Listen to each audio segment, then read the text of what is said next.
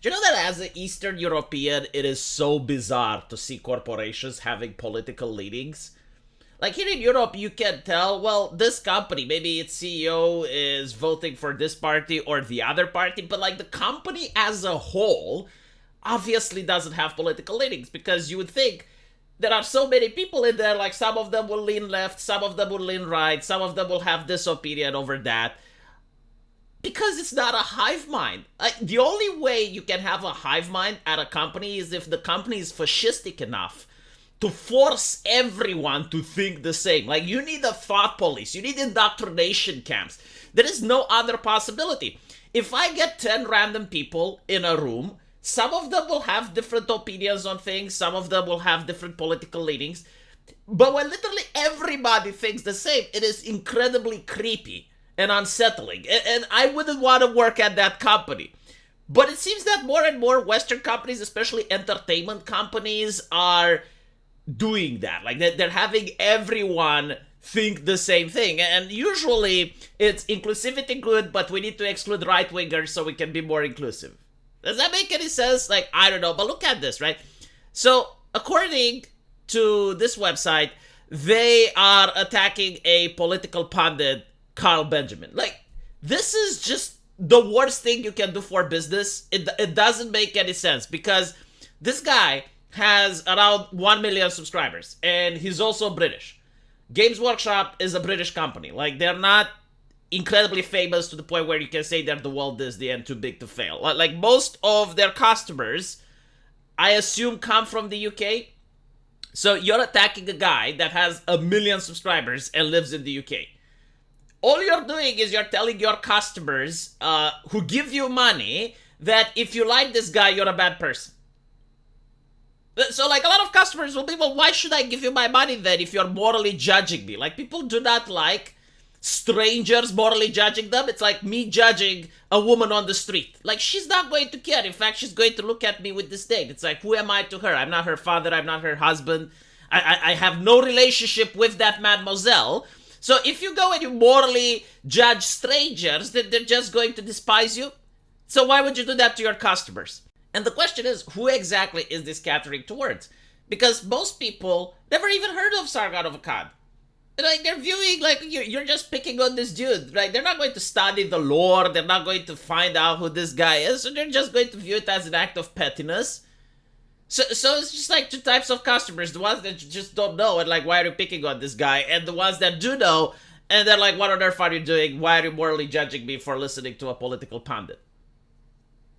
You know, like this would make sense, I guess, if you're a heavy metal band in the 90s. There were a lot of heavy metal bands which were under attack by right-wingers saying that, oh, it's the devil's music. Oh, you're perverting our society with your music. And the heavy metal bands, they started making fun of right-wingers. And for their community, it made sense, right? Because, like, if you're part of their community, you're already attacked and you're already mocked and ridiculed by the others.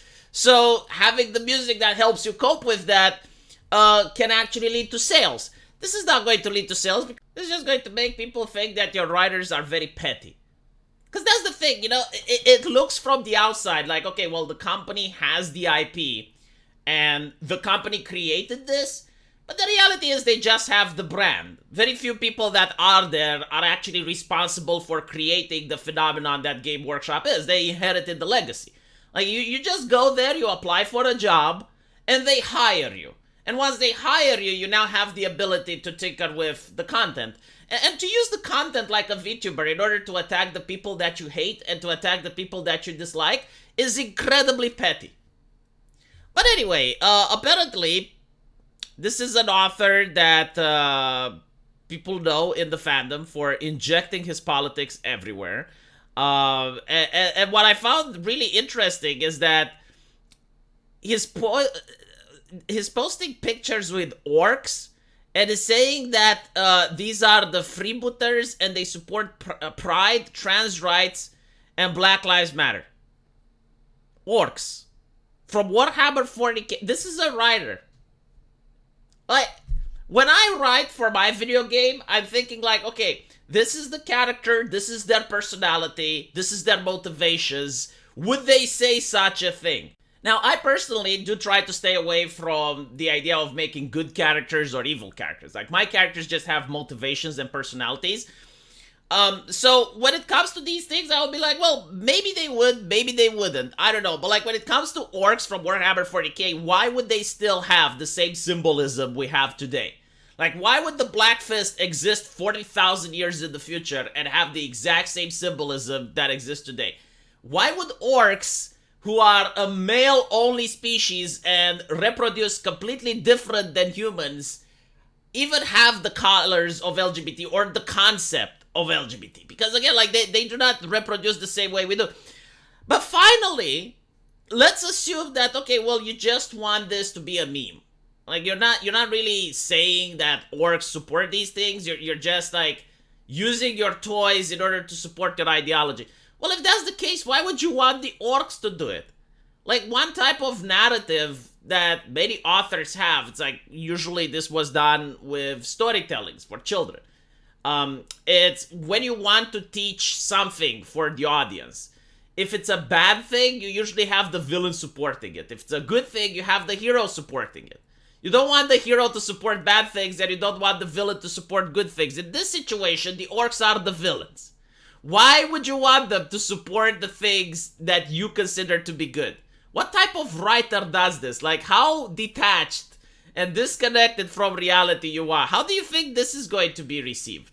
Like, I can picture myself being a Black Lives Matter activist, and now the orcs are on my side. Like, you would have to question whether or not you still want to attend to that rallies, right? I mean, the orcs are there. I don't know. It's weird. But I think, like, the only reason activist writers do stuff like this is because they unironically want to purge the fandom. Like they want to write the most cringe stuff ever so that everyone that is vulnerable to cringe, everyone that's allergic to cringe, will stop reading. So the only type of readers that they will have are people that agree with them.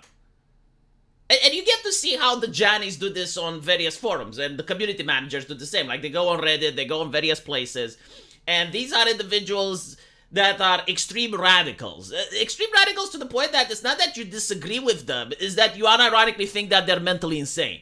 So most people make fun and ridicule their ideology, and what they do in order to cope is that they ban most people until they create an echo chamber that has a tenth of the initial traffic that existed, but everyone is so crazy and insane that they don't realize that each other are crazy and insane, and they somehow manage to create this space where they can coexist for a little while, because then they start backstabbing and batting each other as well.